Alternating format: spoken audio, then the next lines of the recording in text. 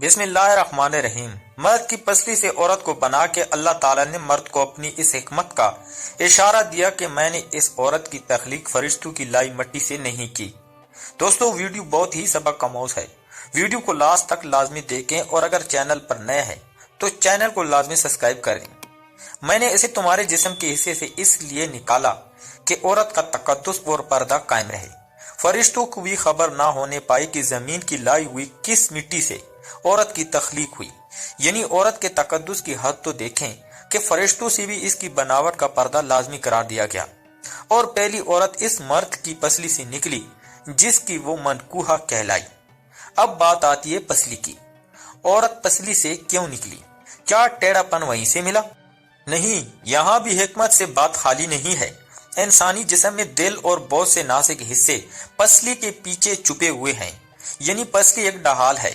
اس نازک حصے کے لیے تو اللہ پاک نے عورت کو پسلی سے نکال کے یہ نہیں بتایا کہ عورت میں ٹیڑھا پن ہے، بلکہ اس بات کو پسلی کی تخلیق کر کے یہ بات سمجھا دی کہ عورت وقت بڑھنے پر ڈھال بن سکتی ہے۔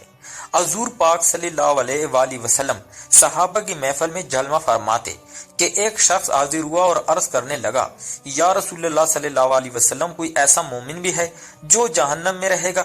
حضور پاک صلی اللہ علیہ وآلہ وسلم فرمانے لگے، ہاں، ایک شخص ایسا ہوگا جو جہنم کی گہرائیوں میں 1000 سال رہے گا اور مسلسل اونچی آواز میں پکارتا رہے گا، یا حنانو یا منانو۔ ایک دن اس قدر اونچی بلند آواز سے ہی یا حنانو یا منانو کہے گا کہ حضرت جبرائیل علیہ السلام جہنم کے قریب سے گزرتے ہوئے اسے سن لیں گے۔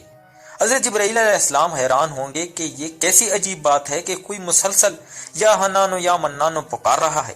حضرت جبرائیل علیہ السلام عرش کے سامنے حاضر ہوں گے اور سر سجدے میں رکھ کر خدا کی تسبیح بیان کریں گے۔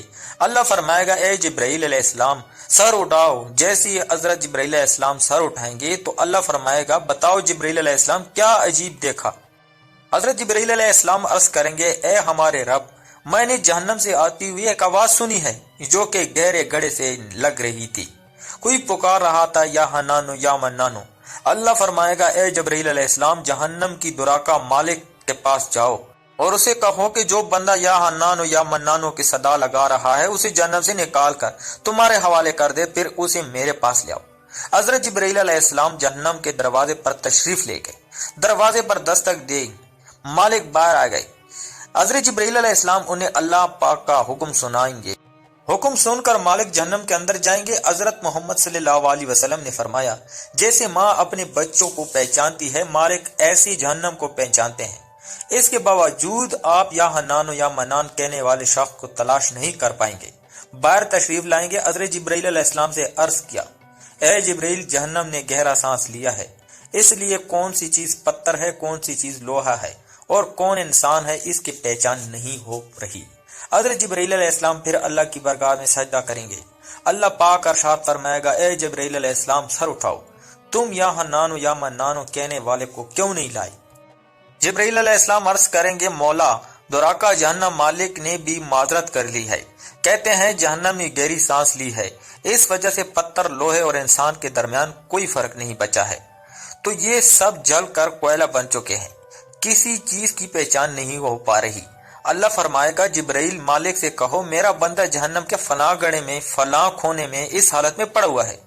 حضرت جبرائیل علیہ السلام جہنم کے دروازے پر جائیں گے اور حضرت مالک کو یا حنانو یا منانو پکارنے والے کا پتہ بتائیں گے۔ حضرت مالک جہنم کے اندر جائیں گے اور دیکھیں گے ایک شخص ہے، اس کے پاؤں اس کی پیشانی کے ساتھ اور اس کے ہاتھ گردن کے ساتھ بندھے ہوئے ہیں اور جہنم کے سانپ بچھو اس کے ساتھ لپٹے ہوئے ہیں۔ حضرت مالک اس کی زنجیریں توڑ دیں گے اور جہنم سے نکال کر حضرت جبرائیل علیہ السلام کے حوالے کر دیں گے۔ حضرت جبرائیل علیہ السلام اسے عرش الہی کے سامنے لے کر حاضر ہوں گے، سر سجدے میں رکھیں گے۔ اللہ پاک فرمائے گا، جبرائیل علیہ السلام سر اٹھاؤ۔ جبرائیل علیہ السلام سر اٹھائیں گے۔ اب اللہ پاک اس بندے سے فرمائے گا، اے بندے، کیا میں نے تیری بہترین تخلیق نہیں کی تھی؟ کیا میں نے تیری طرف رسول نہیں بھیجے تھے؟ کیا میرے رسولوں نے تمہیں میری کتاب نہیں سنائی تھی؟ کیا میرے رسولوں نے تمہیں نیکی کا حکم نہیں دیا تھا؟ کیا تجھے برائی سے منع نہیں کیا تھا؟ وہ بندہ ساری باتوں کو مانے گا، اقرار کرے گا، یا اللہ، تو نے میری بہت ہی اعلیٰ تخلیق فرمائی، تیرے رسول بھی تشریف لائے اور انہوں نے تیرے احکام بھی سنائے۔ اللہ پاک فرمائے گا،